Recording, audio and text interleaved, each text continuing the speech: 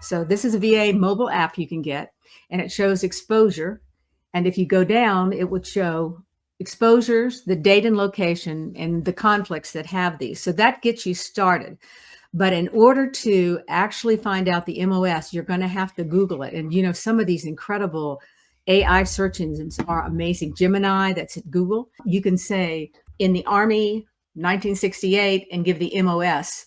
What were the duties? What were the exposures? And you'll be amazed at what you could pull up. And remember, for each one of these, you have to do the specific service you were involved in, because the exact same name can have different duties and different exposures depending on whether it was the Air Force, the Army, the Navy.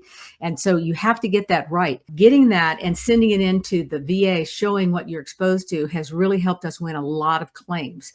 And then the toxins, you can research that as well, that they found these certain toxins will cause these different disabilities that you might have. So with this new AI, I'm telling you, you can find all sorts of things. So you need to put your MOS, the type of service you were in, when you were in.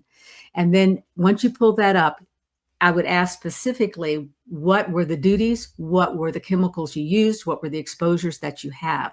And you're going to be amazed at how much you will get there. This is our map. Okay. This is the map we have at Hill Ponton on toxic exposure. So this does not sort by MOS. It sorts by bases and diseases and toxins. So that's also going to be a great start. It doesn't go by MOS, but that's how you put the two together. I found that the BVA reads what you put in there, and they're interested in why you think you're service connected. So if you can show them, this is what I did for 3 years, this is what I was exposed to, and this is what the medical literature shows, you're going to have so much of a better case than if you even just have a doctor saying it should be service connected, because this shows them exactly what went on for 3 years, what you're exposed to, and it really makes sense to them. The regional office is probably not going to pay any attention to it, but you're building your case. The second thing that I want to talk to, great news, is I was getting maybe 2 BVA decisions a week, maybe 1. I'm getting 5 and 6 a day sometimes. And so they're really putting them out. Here's the bad news. So when they changed the law from legacy to AMA, we didn't really know what we were supposed to do because they didn't tell us. They told us after this. If you get denied, or if you don't get the rating you think you should have gotten, make sure that your evidence was within the time period that they reviewed it. They are rabid that if the evidence wasn't there before the rating decision on this date, or within 90 days of when you filed the evidence appeal, it was not considered. So we have been dealing with this, and I have really finally come to the conclusion, unless it's a really simple thing, I'm probably going to file a supplemental appeal. And I'll tell you why. They're going back to the same judge. And I find judges, they don't like to be reversed. They don't like to be told they're wrong. And so we're doing a lot of these on supplemental. And as you file the supplemental claim, you're putting in all this new evidence that never been considered. You have a very good chance of winning at the regional office. And then you start appealing it, because remember, you still have the effective date you can appeal. So this may give you a quicker rating decision. You're going to file CAR. The CAR may give you a higher one, or it may give you an earlier effective date. So we're finding this is working really well for us. So when you get those decisions, make sure you look at them and know why you were really denied.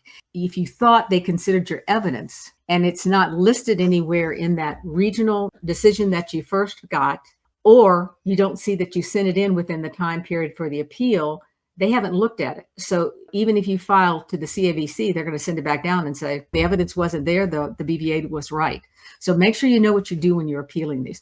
But it's wonderful to see all these decisions coming out. So Carol, you said you file a supplemental claim on the BVA denials. What would be your other avenue? The other avenue is to go to the Court of Appeals for Veterans Claims. And that's where you're saying they don't like to be overturned. So we're having great luck at having them sent back, and then they're denied again because the judges, they don't like to be questioned. They don't like to hear that they're wrong. If it goes to a different judge, we'll get a good decision. But if it doesn't, which we're finding it's not, right, the supplemental gives you a much better chance of getting a new judge. And even if the old judge, he's seeing all this new evidence that he knows that he can consider. The supplemental's filed where? Regional office. It's an 0995. Remember, to file a supplemental claim, you have to submit new evidence. So all this evidence they didn't consider, even though it's back to 2021, is new evidence. And so you do that, and then you get denied on supplemental. What are you doing? We'll file a CAR, HLR. Okay. If I think that there's a good chance we can win, because remember, they're going to decide those pretty quickly. The CARs, some of them are coming out with 1 or 2 days. And then if we don't win, then we go to the board and I would file a direct appeal because all the evidence is already in there. We went through 5 years of no decisions coming out. And so this is really great. And I think the BVA is working really hard to get those decisions out. So kudos to the BVA. Whoa. Yeah. Don't hear that often. No, you don't.